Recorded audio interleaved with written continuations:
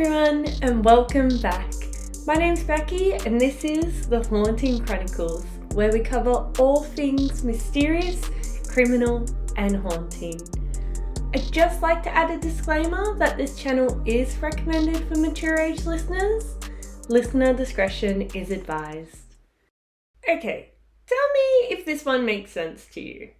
A 24-year-old woman falls 12 stories down a garbage chute, feet first might I add, and the police say she'd done it on purpose by herself. But here's the thing, she was drunk on sleeping pills and the chute entrance was 4 feet off the ground. Oh, and the security cameras mysteriously not working. Phoebe Handsjuk was a beautiful 24-year-old who died in the most awful way. 6 years ago, she somehow got into the garbage chute of her high-rise apartment building and fell 11 floors to her death. Yeah, this is the case of Phoebe Handsjuk, and I've got to say, it's a pretty intense one. So let's first talk about Phoebe. She was 24, living in Melbourne, Australia.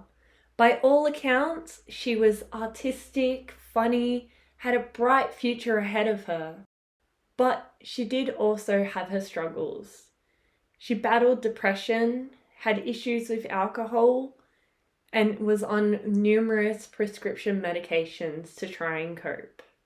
Then there was Anthony Hampel, her 43-year-old boyfriend of 2 years. Anthony ran his own events management company. He was a man of wealth and connections with a legal family background. His dad, a retired Supreme Court judge, and his stepmom, a retired county court judge. At first, the relationship seemed exciting, but to family and friends, it was toxic. So much arguing, lots of control issues. It just was not a good situation. They had broken up 4 times in the last 6 weeks before leading up to Phoebe's death. Phoebe's grandfather said she was conflicted. She absolutely loved Anthony, but she knew the relationship wasn't going anywhere. She felt like she had to get out. Okay, so what brought us here? On Thursday, the 2nd of December 2010, Phoebe was at home in her Valencia apartment in Melbourne, this super fancy high-rise building where she lived with Anthony. At 9 a.m, Anthony had left for work that morning while Phoebe stayed home. CCTV footage had captured Phoebe leaving the apartment at 11:43 a.m. due to a fire alarm going off. After evacuating the building for roughly about 7 minutes, it was deemed safe to go back in and she went back to her apartment.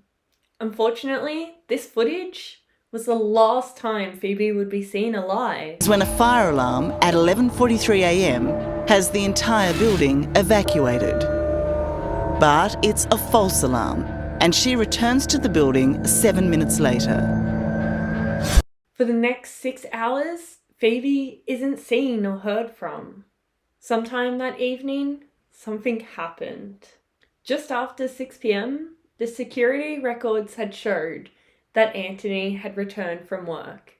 You know, with the little beeper thing they do in the elevators? That showed that he arrived at exactly about 6:09. When he arrived home, he saw Phoebe's purse and phone were in the kitchen. But she was nowhere to be found, which was extra strange because they had plans to meet with her father for dinner soon. By 7 p.m, a concierge doing routine check of the building came across a horrific sight. In the garbage room downstairs, they had seen Phoebe's body in a pool of blood, just laying there amongst the trash. Where did she come from?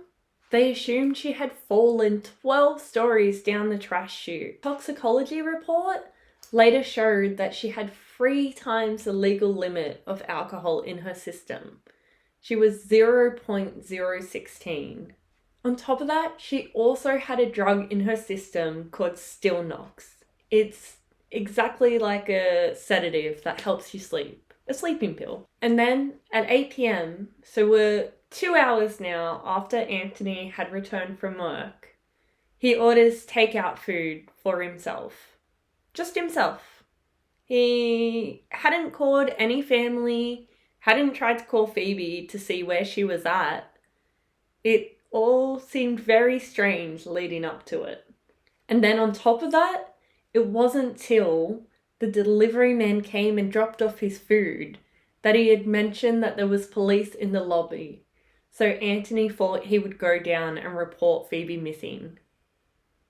Like, I don't know about you, but if my spouse was missing for more than an hour with his phone and wallet at home, I would be frantic. I would be calling everyone I knew, checking anywhere I could. But yeah, so I don't know about you, but I have so many questions already. So the details of this is where it starts to get really weird. The chute she had fallen down was 4 feet off the ground and was only 32 centimeters wide. So how does even a sober person manage to squeeze themselves down there? Keep in mind too that when you open the chute, the metal part comes up more. So you have to angle it perfectly to be able to slip down into there. And you mean to tell me she done this completely intoxicated and on sedatives? And also done this while going in feet first? Like, it just doesn't make sense. Typically speaking, that's not how people fall. If she had reached in to grab something, you naturally fall head first. You're not gonna go feet first down. On top of that, they hadn't found any of her rubbish down the trash chute. So it's not even like she would have reached in last second to grab something and fallen. Up an exact replica of the 12th floor garbage chute in Phoebe's building. This is the test that the police failed to do. Our stand-in, Danielle, is the same height and weight as Phoebe and wearing similar clothes. The only difference is Danielle is sober. Wow, it's very small. And right from the beginning, Danielle is struggling. Okay, I'm just trying to see what I can hold on to. There's not much ground. The chute is 1 metre from the ground and only 22 centimetres wide when open.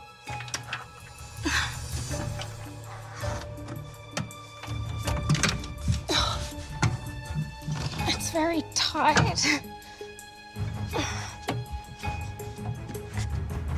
Oh. Danielle's weight on the top lip of the door causes the limiting bolts to come out of their position, forcing the door to fall backwards, trapping her legs. With the door back this far, the chute entry is virtually closed. Okay. It's very tight. In her second attempt, Danielle pulls herself up, but it takes all her strength, balance and coordination. Oh, all right. Oh.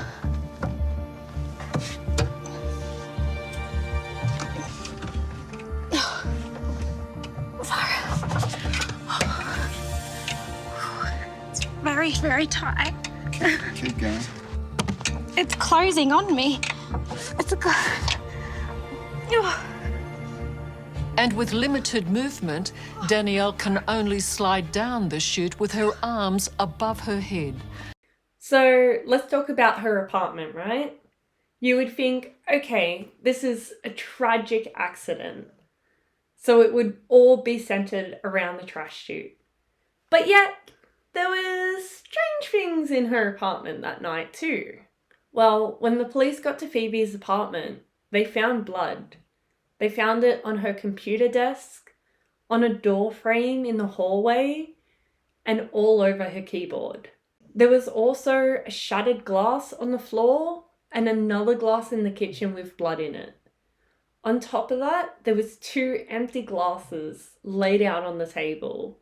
But later on, Phoebe's mum would say how she was a clean freak. She would never just leave a mess out.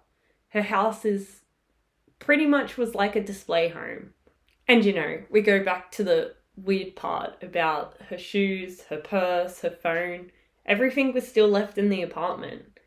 If she had gone out willingly, you would think she would have at least put her shoes on.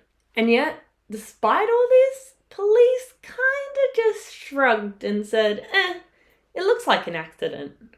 One thing that kinda stood out a bit to a lot of people was the fact that when paramedics arrived on the scene, police denied them access to check for signs of life for Phoebe. They said that they had already checked and it was fine, but because of this, they couldn't get 100% accurate time of death. Had the paramedics been able to check appropriately for signs of life, it could have changed things entirely. So, with all that said, let's circle back to Anthony, Phoebe's boyfriend. He was also the last person to see Phoebe alive. So many questions arose about Anthony. The biggest one being, why didn't he contact anyone when he thought she was missing? Like I said, if I assumed my spouse was missing, I would be frantic. I definitely couldn't order food and just sit around for hours. But maybe that's just how their relationship was. It just seems strange to a lot of people. On top of strange, that wasn't even the strangest part. The next part was that the fact that the security cameras had magically stopped working that night. Just that night. Never had any issues until there's a murder in your building. Or a death in your building, I should say. And conveniently, these security cameras were everywhere. They were right outside her apartment, they were down all the hallways, and they were even where the trash chute was. But yet, it just wasn't working. But on top of them not working anyway, the police stated that they weren't willing to get the footage anyway, because they had deemed it an accident. It wasn't necessary, right? Like, what are the odds? What kind of horror movie logic is this? Police also didn't collect Phoebe's phone or laptop as evidence to try and figure out what happened. They also didn't test the blood in her apartment because an accident, right? So, despite all these strange occurrences, you might say, the coroner ruled Phoebe's death as an accident.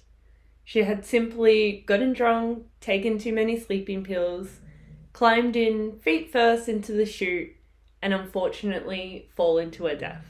But let me ask you, does any of that make sense to you? Because it doesn't to me. It also didn't to her family. They didn't buy it at all.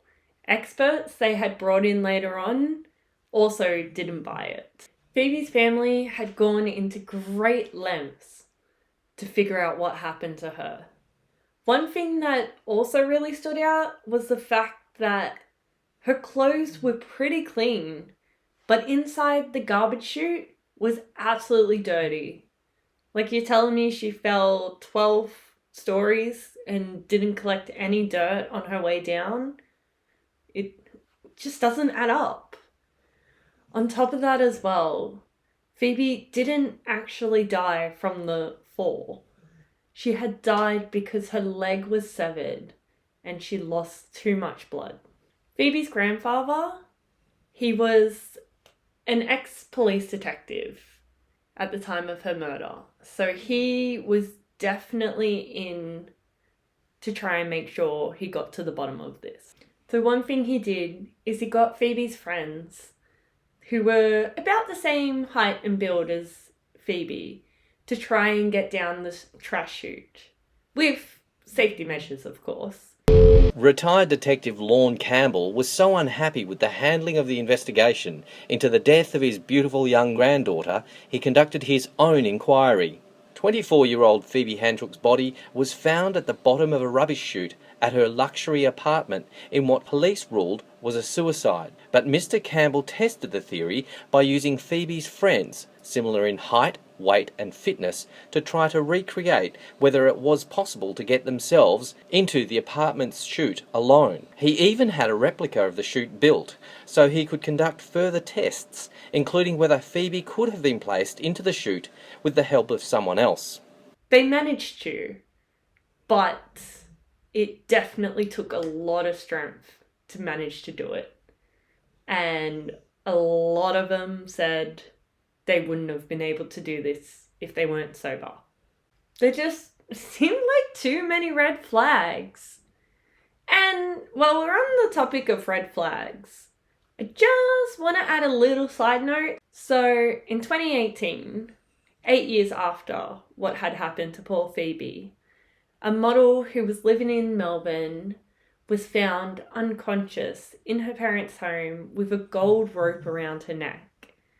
She would later succumb to her injuries and die, unfortunately. Her name was Bailey Schneider, and little point to add is her boyfriend was Anthony Hampel, the same boyfriend Phoebe had at the time of her death. Like, either this guy is really good at covering his tracks, or he's got the worst luck in the world. That's the case we'll go into another day. So going back to Phoebe, in 2013, the coroner officially lists Phoebe's death as an accident, which was actually going against his own counsel advisement because they recommended to leave it as an open case because there wasn't enough evidence to say whether it was or wasn't an accident. But the coroner just, nah, accident, done. At the time of this video, Phoebe's death was still listed as an accident, but her family has never stopped trying to find the truth. They originally were trying to get the Supreme Court to reopen Phoebe's case. However, that cost them about $50,000 a day for every court appearance, and unfortunately they just didn't have the funds to continue. This means it left them with very little options. So tell me, what do you think? Was this just a tragic accident? Or was there something way more sinister at play here? You know, was there someone else involved? Someone that maybe had the power to make this all go away? Who knows? Let me know in the comments what you think, because this case definitely haunts me. Thank you so much for listening. And remember, if you like this channel, subscribe for more. And remember, stay together, stay safe. Bye for now.